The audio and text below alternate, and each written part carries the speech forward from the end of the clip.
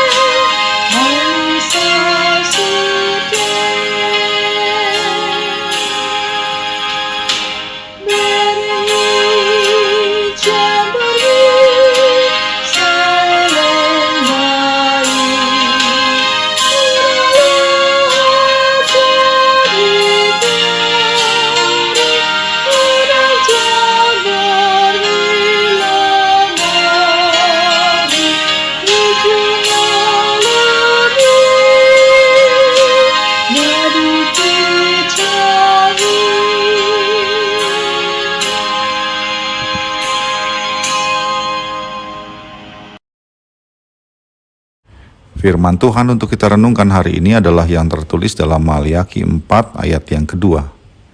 Tetapi kamu yang takut akan namaku, bagimu akan terbit surya kebenaran dengan kesembuhan pada sayapnya.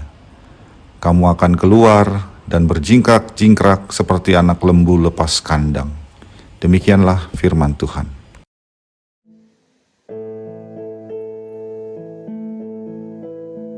Ada sebuah kisah seorang wanita dari Asia kuliah di salah satu universitas terkenal di Paris, Prancis.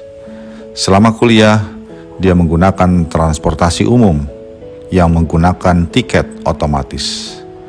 Namun dia menemukan kelemahan dalam sistem pembayaran dan berhasil naik transportasi umum tanpa membeli tiket. Setelah 4 tahun, wanita tersebut lulus cum laude. Namun ketika dia mencari pekerjaan dengan mengirimkan surat lamaran ke beberapa perusahaan, semuanya ditolak. Wanita itu merasa jengkel dan marah, bahkan menuduh perusahaan-perusahaan di Prancis tersebut rasis. Untuk mencari jawaban, dia mengadukan masalahnya ke Departemen Tenaga Kerja di Prancis. Namun penjelasan yang dia terima tidak sesuai dengan perkiraannya. Wanita tersebut diketahui oleh pemerintah telah melanggar hukum dengan tidak membayar tiket saat naik transportasi umum sebanyak berkali-kali.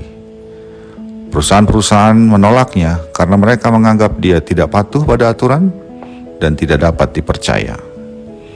Nabi Maliaki menyuarakan kepada umat Allah bahwa ada saatnya Allah menurunkan hukuman oleh karena kejahatan yang telah mereka lakukan. Sang Nabi memperingatkan bahwa umat telah salah kira jika beranggapan hari kedatangan Tuhan adalah hari kemenangan bagi mereka. Hari Tuhan justru adalah hari penghukuman untuk mereka. Sang Nabi memperingatkan umat untuk tidak berpikir bahwa mereka aman-aman saja dengan segala kejahatan yang telah mereka buat. Allah membenci kejahatan mereka dan akan menghukum mereka pada hari Tuhan tersebut. Namun bagi mereka atau umat yang takut akan Tuhan dalam hidupnya, hari Tuhan benar-benar adalah hari kemenangan dan hari kegembiraan besar. Kebenaran mereka akan ditegakkan pada hari itu, dan mereka yang terluka oleh karena kesetiaan pada Tuhan akan disembuhkan, sehingga mereka dapat berjingkrak-jingkrak penuh kebahagiaan pada hari Tuhan tersebut. Sahabat Carpe Diem yang dikasihi Tuhan, seperti halnya kisah wanita Asia dalam cerita tadi, Banyak orang yang melakukan kejahatan dalam hidupnya berpikir mereka akan aman-aman saja. Namun sesungguhnya hari penghukuman telah menunggu dan mereka akan menyesali kejahatan yang telah mereka lakukan. Kedatangan Kristus kedua kali sebagai hakim akan menjadi hari datangnya malapetaka besar bagi mereka. Sebab penghukuman Allah yang besar dibawa oleh Kristus pada hari kedatangannya dan menjadi sebuah siksa yang tak terlukiskan bagi mereka yang melakukan kejahatan. Sedangkan bagi setiap kita yang takut akan Tuhan, hari kedatangan Kristus kembali sebagai hakim benar-benar adalah hari penyelamatan dan kemenangan. Kita yang hidup dalam takut akan Tuhan mengalami berbagai kesusahan di dunia ini, namun ganjaran dari ketaatan itu sungguh amat besar dan sungguh amat menggembirakan. Kesusahan diganti dengan kegembiraan yang besar. Firman Tuhan hari ini menggambarkan kegembiraan tersebut dengan mengatakan, kamu akan keluar dan berjingkrak-jingkrak seperti anak lembu lepas kandang. Mereka yang terluka akan disembuhkan. Mereka yang mendapat ketidakadilan, kebenarannya akan ditegakkan oleh Allah. Hidup ini memang memperlihatkan kepada kita jalan hidup dua kelompok orang. Jalan orang benar yang takut akan Tuhan, dan jalan orang fasik dengan segala kerakusannya. Firman Tuhan hari ini mengingatkan kita untuk tidak meninggalkan jalan kebenaran dalam takut akan Tuhan. Sebab ganjarannya sungguh menggembirakan dan menghidupkan bagi kita.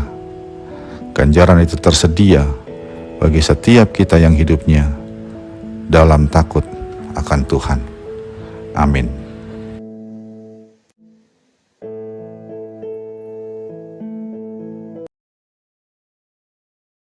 Marilah kita berdoa.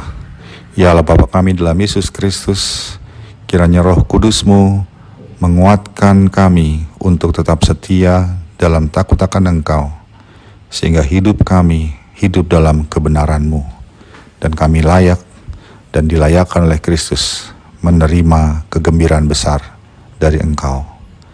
Dalam Yesus Kristus kami berdoa. Amin. Kasih karunia dari Tuhan kita Yesus Kristus, anugerah dari Allah Bapa kita, dan persekutuan Roh Kudus menyertai engkau sekalian. Amin.